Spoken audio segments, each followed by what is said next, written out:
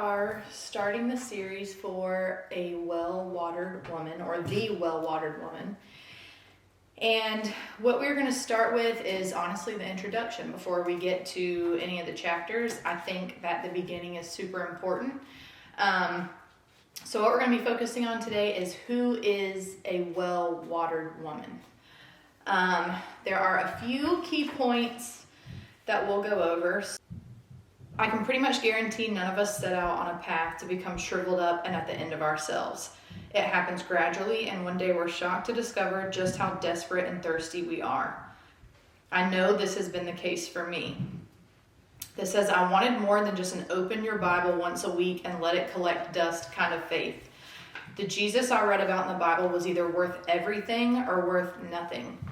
So we obviously find that in the Bible about being a lukewarm Christian. You're either living for him or you're not. Living as if he were only worth something just wouldn't cut it. I found myself craving a deep, soul-nourishing, life-giving stream. I've learned that it's impossible to become a flourishing, deeply rooted woman simply by opening my Bible every so often. I can't expect to thrive when my thirsty soul is trying to sip from empty wells throughout the day, while the well of living water beckons to come and drink the truth that satisfies forever.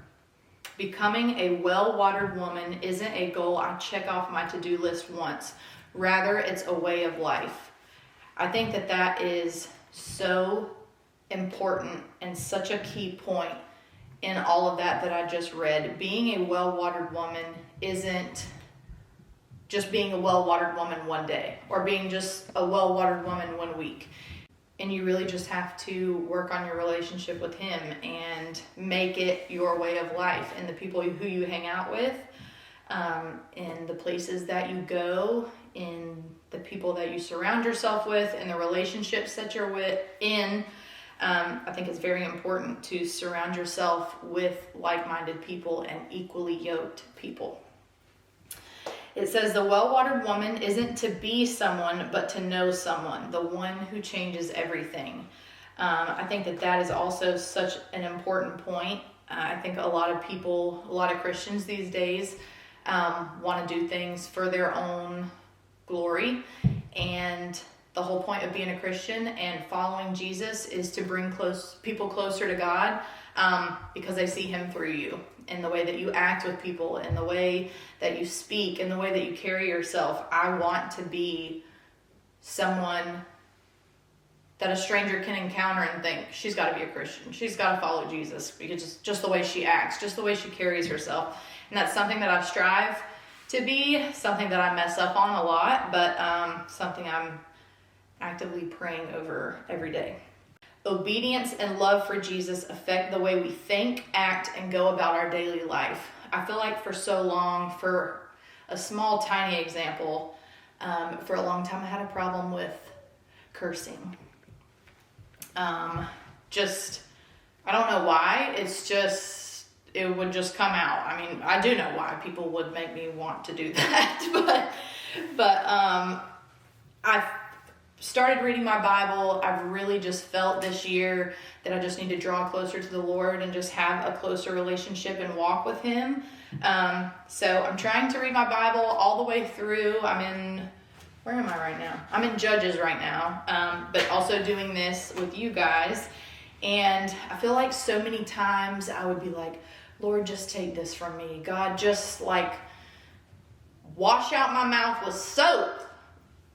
Just let it go away from me. I don't want to speak like this anymore. I don't want to think this way. And for so long, I felt like I was trying to control it myself. I would just tell myself, hey, imagine Jesus is in the room right now, and just don't cuss.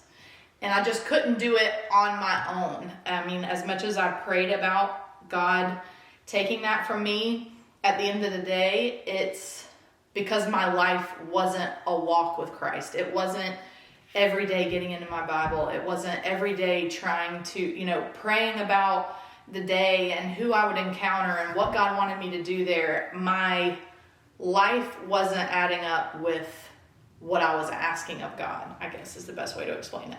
So I think that that is super important. Being obedient and your love for Jesus affects the way you think, the way you act, and the way you go about your daily life, the way that you carry yourself. Flourishing in Jesus is about leaving behind a shallow faith for a deeper walk with him. He isn't just a part of who you are, he is your life. And that is Colossians 3:4.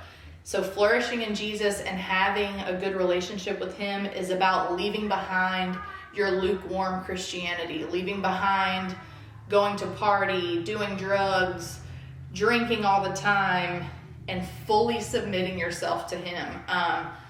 Just in recent weeks, I have really had, what's the word I'm trying to find? I've just had a feeling in my soul that, like, I shouldn't be drinking wine. I shouldn't be drinking alcohol. And for a while, I just was like, it's just a glass of wine. Like, it's fine, But for me, specifically myself and in my marriage, I think that it has rooted or reared its nasty head, however you say that. And today I've decided that that is something that I'm not going to do anymore. This is holding me accountable too. Leave behind your shallow faith. If you want a deeper walk with him, then you need to pursue a deeper walk with him, not just live your life how you want to live it, and then when you want to read a Bible verse, you read a Bible verse and you feel better for a minute. It's about fully submitting yourself to the Lord. Colossians, we're going to go to that verse, which, by the way, I still don't know where all these books of the Bible are, so.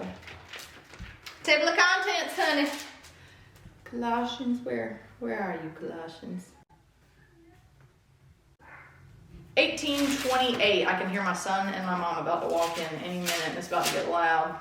Colossians 3:4. When Christ, who is your life, appears, then you also will appear with him in glory.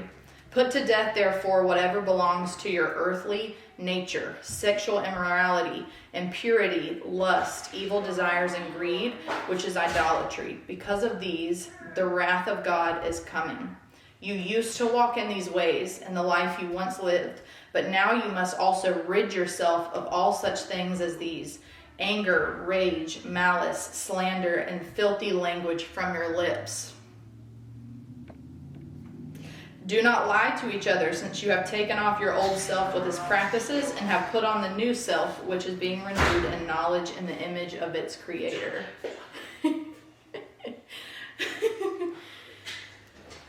So, that kind of just explains everything that I was saying before. You have to die to yourself and therefore live for Jesus fully. So, hopefully all of that makes sense. If you have any questions, I'm happy to answer them. My son is right behind the camera now. Glad y'all came along with me on it. So then next week, I think we'll do chapter 1, starting on what is the well in a well-watered woman.